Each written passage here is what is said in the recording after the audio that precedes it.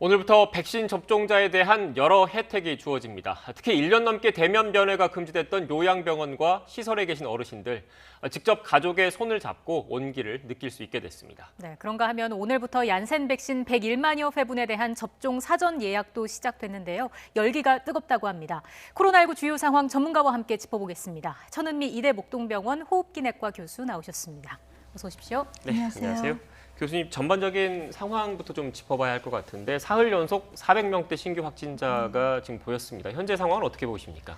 네, 아무래도 지금 여름이 오니까 바이러스 활동력도 떨어지고 그건 연구에 나와 있거든요. 그리고 사람들도 야외 생활을 많이 하게 되니까 아무래도 좀 이 밀도도 낮아진 것 같습니다. 또 백신도 일정 부분 접종을 하고 있고 이러한 것이 맞물려서 해외에서도 지금 확산세가 일부 국가를 제외하고는 떨어지고 있거든요. 그렇긴 한데 아직까지는 뭐 400명, 500명대로 약간 정체 상태에서 감소하는 추세고요. 하지만 일부 이런 뭐 노래방이라든지 유흥시설이나 학교에서 집단 감염이 나오고 있고 또 우려스러운 것은 변이 바이러스가 전 세계적으로 인도발이나 베트남처럼 이렇게 사람에게 좀 더 많이 들어가고 코에서 바이러스 양이 더 많은 이런 바이러스들이 계속 새로이 발견이 되고 있다는 점이 국내에서도 좀 조심하고 우려스러운 부분이라고 생각합니다. 네, 또 좋지 않은 지표가 있습니다. 최근 2주간 선행 확진자 접촉 비율이 45%를 넘었더라고요. 네, 그러니까 선행 접촉자 비율이 높다는 거는 그만큼 개인 접촉에 의해서 감염이 된다. 그리고 그만큼 바이러스가 감염력이 높다는 걸 알 수가 있습니다. 우리가 가정에서의 감염이 사실은 거의 일반적인 감염의 한 5배가 높거든요. 그런데 불구하고도 지금 45% 가까이 육박한다는 거는 굉장히 높다고 볼 수 있겠습니다. 네, 알겠습니다. 교수님, 중앙방역대책본부 브리핑이 조금 전에 시작된 것 같은데 먼저 현장 오디오를 듣고 교수님과의 대담 이어가겠습니다. 코로나19 감염병 정례 브리핑 시작하도록 하겠습니다. 먼저 예방접종 현황 설명드리겠습니다. 현재 예방접종센터에서 진행되고 있는 75세 이상 어르신에 대한 접종은 6월 13일까지 1차 접종을 완료하는 것을 목표로 하고 있습니다. 이어 2차 접종에 집중함과 동시에 아스트라제네카 접종 대상에서 제외된 30세 미만 2분기 접종 대상자에 대한 접종을 시작합니다.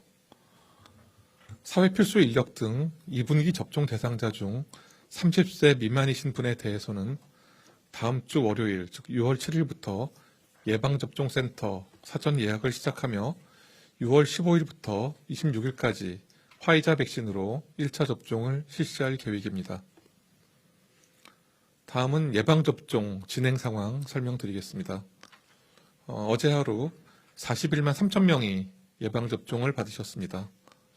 이 중 1차 접종은 38만 6천 명으로 6월 1일 0시 기준으로 우리나라 국민의 11.3%인 총 579만 2천 명이 코로나19 1차 예방접종을 마치셨습니다. 65세 이상 어르신 접종을 시작한 5월 27일부터 31일까지 하루 평균 53만 명의 1차 접종이 이루어지고 있습니다.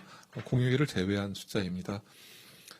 60세 이상 어르신 등 대상 아스트라제네카 백신 1차 접종 예약률은 70%를 넘어서 72.3%를 기록하고 있습니다.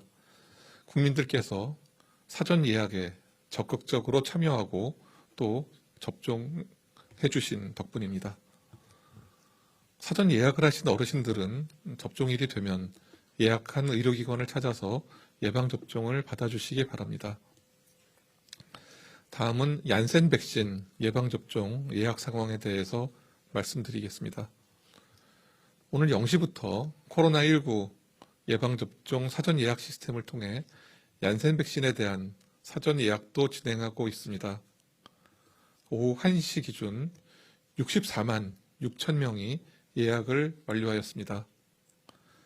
도입 백신은 한 바이얼당 5명분으로 예약 인원은 100만 명 미만이 되더라도 조기 종료될 가능성이 있습니다. 최종 배송 물량과 예약 인원을 확인하여 100만 명분 배송에 맞춰서 예약 종료가 확정될 그런 예정입니다. 다음은 백신 공급 상황에 대해서 말씀드리겠습니다. 모더나 백신 5만 5천 회분이 오늘 인천공항에 도착 예정이며 총 4천만 회분의 공급이 시작됩니다. 개별 계약된 아스트라제네카 백신 87만 9천 회분은 오늘 안동 공장에서 출고되어 708만 3천 회분이 공급되었습니다. 개별 계약된 화이자 백신 65만 회분도 내일 인천공항에 도착해서 총 440만 회분이 공급되며 계획대로 예방접종이 진행될 예정입니다. 다음으로 요양원 그리고 요양병원의 집단 발생에 대한 예방접종 효과를 설명드리겠습니다. 조사 분석 대상은 아스트라제네카 백신 1회 접종 후에 집단 발생이 있었던 요양원, 요양병원 4개 기관이고 이 중 2개 기관은 영국형 변이가 발생한 기관입니다. 1차 분석 결과 아스트라제네카 백신이 영국형 변이에서도 90% 이상의 감염 효과를 보였습니다. 말씀드린 4개 시설의 평균 예방 효과는 90%였습니다. 변이가 없었던 2개 기관에서의 효과는 각각 92.7%와 81.3%였으며 영국형 변이가 있었던 2개 기관의 효과는 각각 96.8%와 91.9%였습니다. 이는 변이 유무와 관계없이 모두 의미 있는 백신 효과를 보인 것으로 이렇게 판단하고 있습니다. 다만 본 분석은 단기간 내에 비교적 좀 작은 인원을 대상으로 이루어진 것으로 제한점이 있습니다.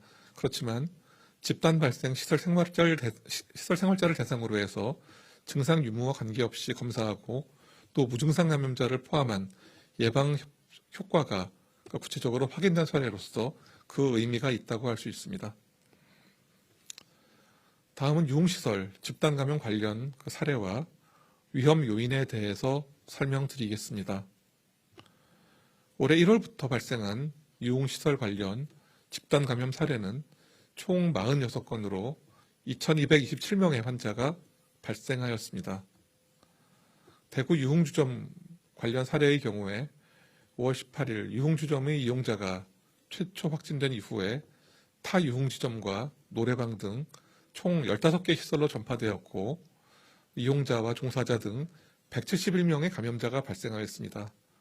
이후 가족과 지인에게도 추가 전파되어 전체 발생 인원은 239명입니다.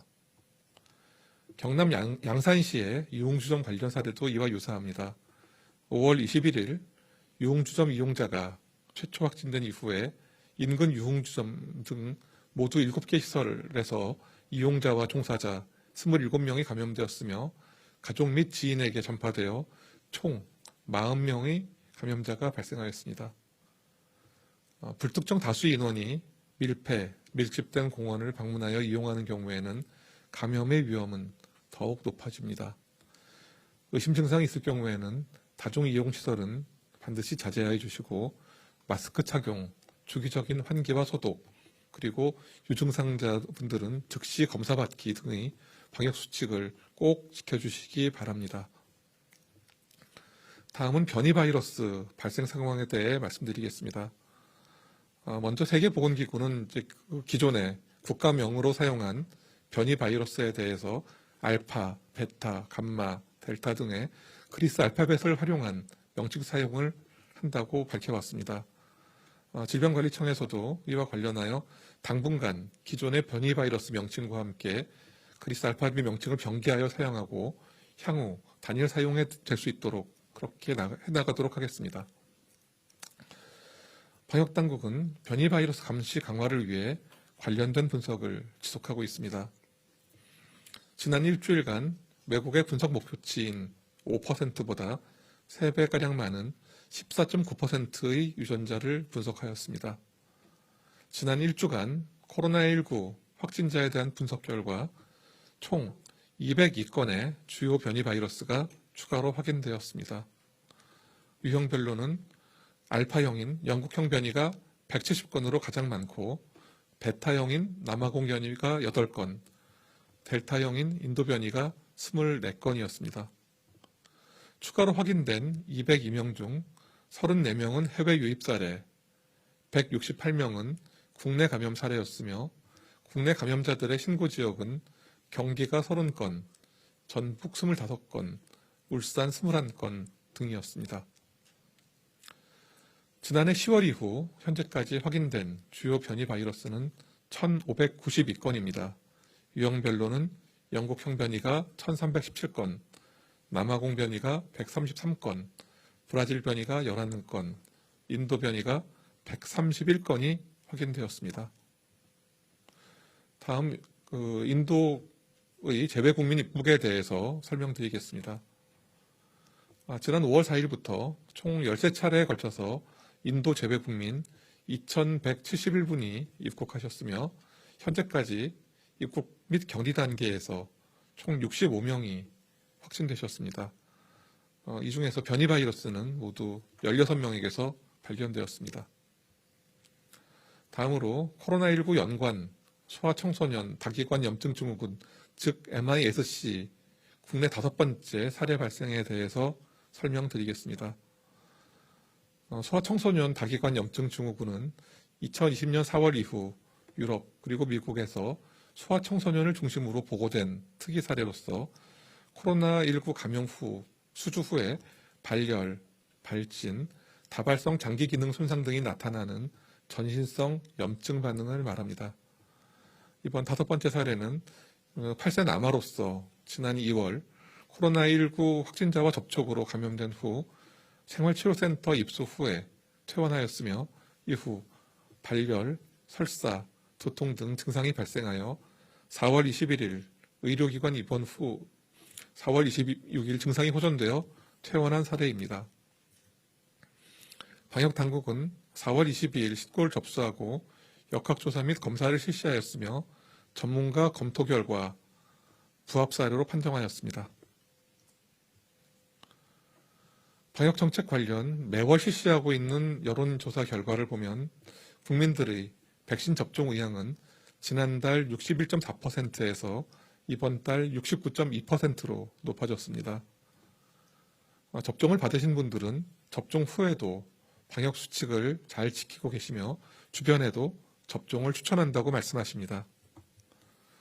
아직 예방접종 받기가 망설여지신다고 응답하신 분들은 대부분이 85.1%인데 이상 반응에 대한 우려를 말씀하셨습니다. 그러나 우려하시는 것과는 달리 예방접종 후에 중대한 이상 반응은 매우 드물게 나타납니다. 그리고 그 2차 감염의 경우에도 비교적 드문 편이지만 그 전파율도 매우 낮아서 가족과 주변인들을 보호하는 데는 매우 효과적입니다. 나의 건강과 가족의 안전 그리고 우리 사회 공동체 모두가 일상으로 돌아갈 수 있도록 예방접종 순서가 오면 망설이지 마시고 접종을 받아주십시오. 또한 예방접종과 방역수칙은 함께할 때 그 효과가 아주 극대화됩니다.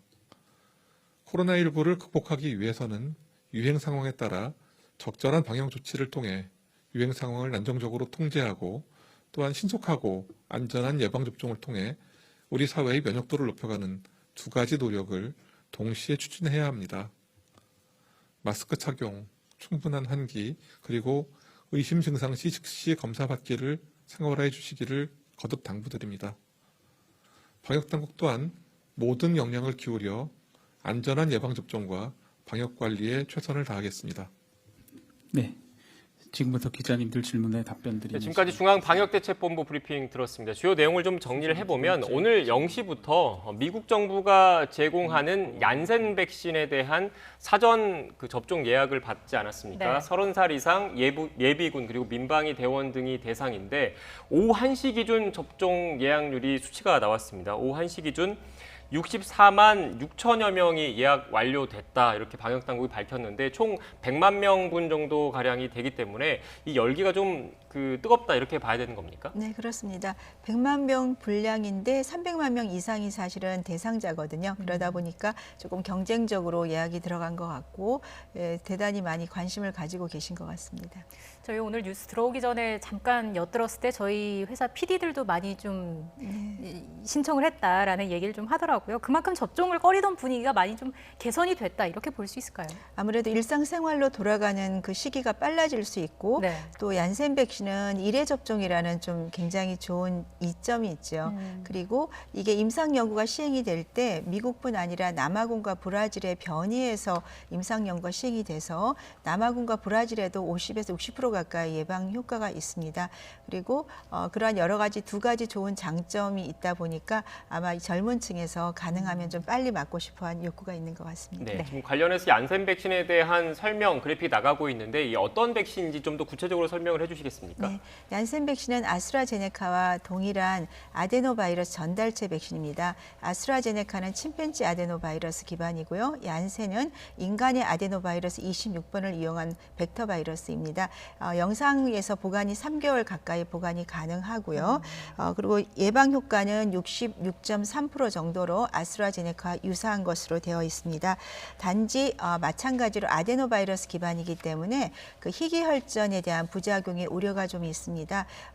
얀센은 100만 명의 정도 접종을 하게 되면 한 3명 정도 네. 나타나는 걸로 아스트라제네카가 10만 명 중에 1명으로 해외에 보고가 되어 있기 때문에 희귀혈전 빈도는 좀 낮지만 미국에서도 대부분 30대 여성에서 많이 발생을 했고 그래서 한 40세 이상 최소한 50세 미만에서 조금 더 이상에서 조금 안전하게 접종이 가능하기 때문에 그 이하에 접종하시는 경우에는 이러한 그 부작용에 대해서 조금 잘 확인을 하셔야 되고 부작용이 대부분 접종 후 2주에 길게는 4주까지 나타나는 것으로 되어 있습니다. 네, 특히 한 번만 또 접종을 할 수 있다는 점이 큰 장점일 것 같은데 반면에도 지속 효과가 비교적 짧다는 얘기도 있습니다.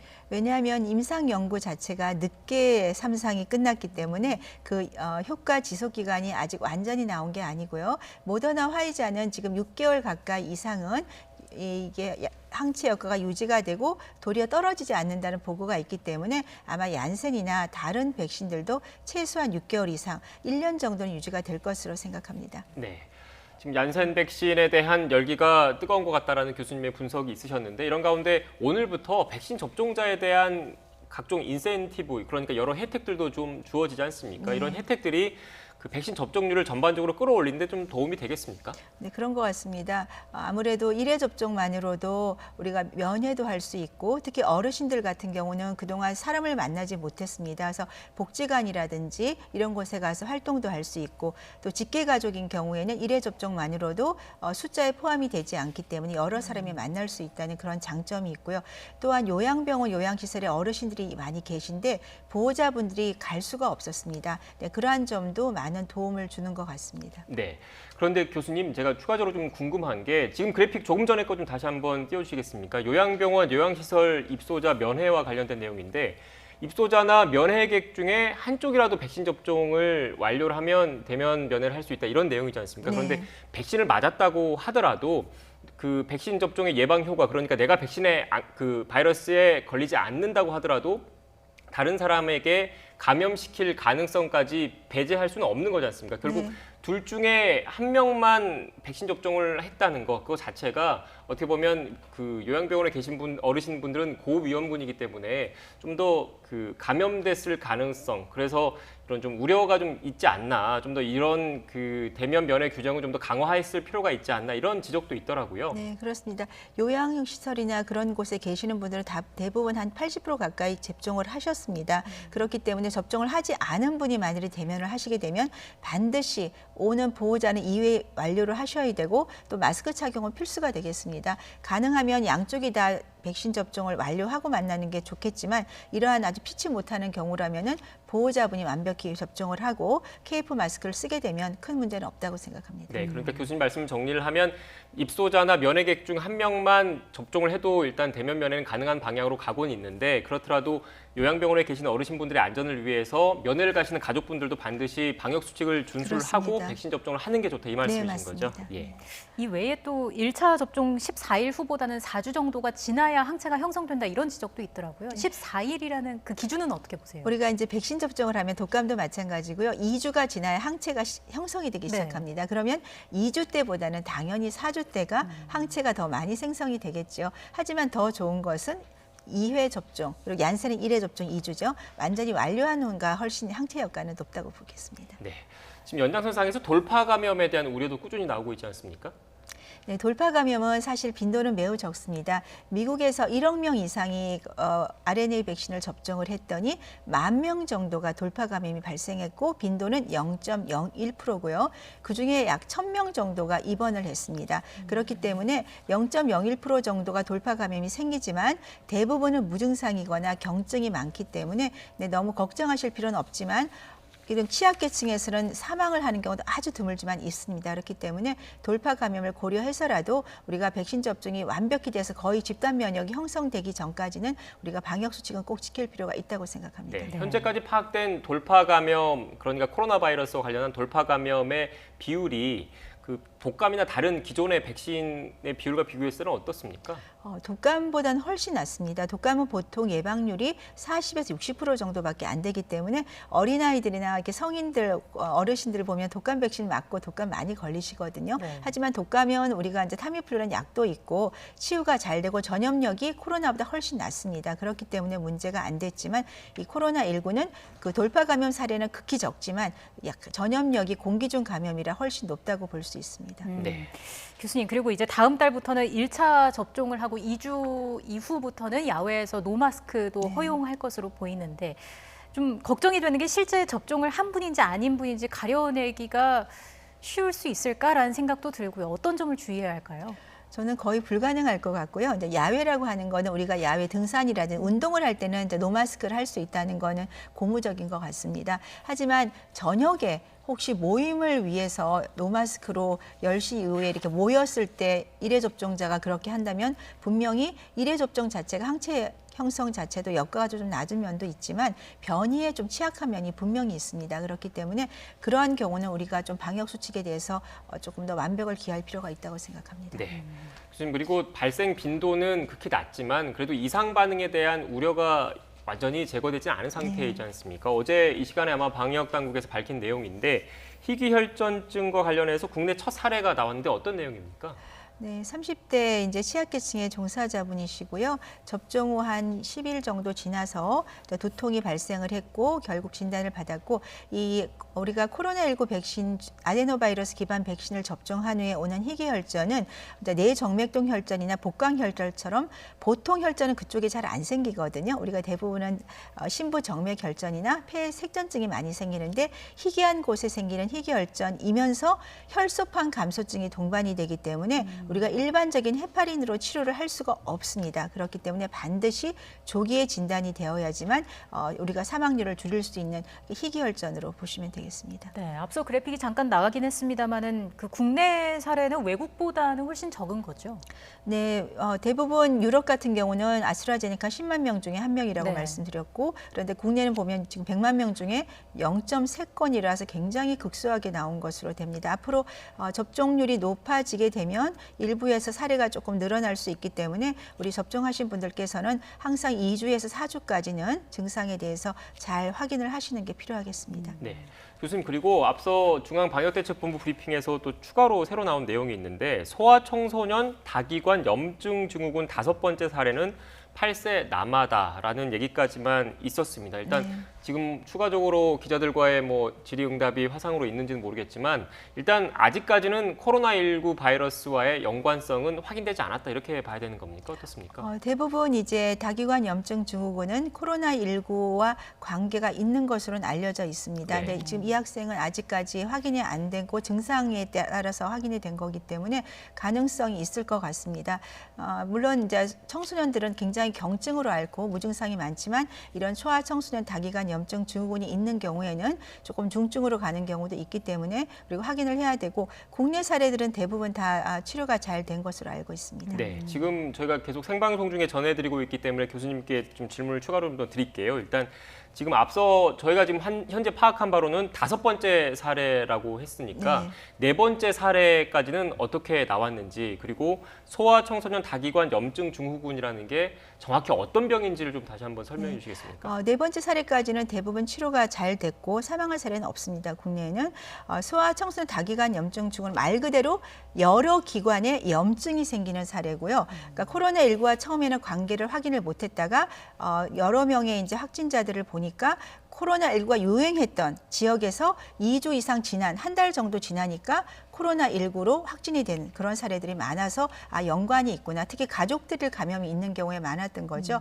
그리고 우리가 코로나19는 초기에 코로 이 바이러스가 들어가기 때문에 호흡기 증상이 가장 많이 나타나죠. 그런데 이 청소년 다기관 염증 증후군은 여러 기관, 특히 소화기 계통에 증상이라든지 심장계통, 그다음에 혈액학계통 이런 쪽의 증상이 많이 나타나고 여러 군데 염증 증후군이 나타나는 그런 증상으로 보고 초기에는 우리가 가와사키처럼 이런 증상과 유사하다고 생각을 했지만 그 증상은 아니고 특히 나이가 지금 우리가 8세인데 보통 중환갑이 가장 많이 나타나는 나이가 8세 정도로 되어 있습니다. 이번에 5번째 사례가 나온 거고요. 연관성 여부와 관련해서는 조금 더 확인이 네. 필요한 상황입니다. 마지막으로 그 의료진의 실수로 10대 청소년에게 아스트라제네카 백신을 접종하는 일이 발생했는데 그 위험성은 어느 정도라고 보시는지요? 네, 지금 모더나나 화이자, 특히 화이자 같은 경우는 12세에서 15세 청소년이 예방률 100%가 나왔고 접종 허가가 미국에서는 나왔습니다. 네. 그런데 아스트라제네카 같은 경우는 청소년이 임상 연구를 진행을 하려고 했었습니다. 그런데 중간에 희귀혈전 사례 때문에 임상 연구가 중단이 됐기 때문에 아직까지 청소년에서 안정성이나 유효성에 대해서는 밝혀지지 않았는데 네. 지금 1회 접종을 했기 때문에 다른 걱정은 없습니다만 이 어린 나이, 특히 청소년들 젊은 층에는 이 희귀혈전이 면역 반응과 연관이 좀 있을 수 있어서 앞으로 잘 좀 확인을 해야 한 달 정도까지는 관찰을 해야 되고 그 이후에 특별한 문제가 없다면은 네, 괜찮을 것 같습니다. 네, 지금 추가 경과를 지켜봐야 한다는 말씀이신 것 같은데 추후에 그 특별한 이상 증세를 안 보이면 2차 접종까지 해야 되는 겁니까? 어떻습니까? 아스트라제네카는 아직 임상 허가가 난 백신이 아니기 때문에 네, 접종은 권고되지 않습니다. 네, 접종은 권고하지 않는다라는 말씀까지 들었습니다. 지금까지 천은미 이대 목동병원 호흡기내과 교수와 함께 코로나19 관련된 이야기 나눴습니다. 오늘 말씀 고맙습니다.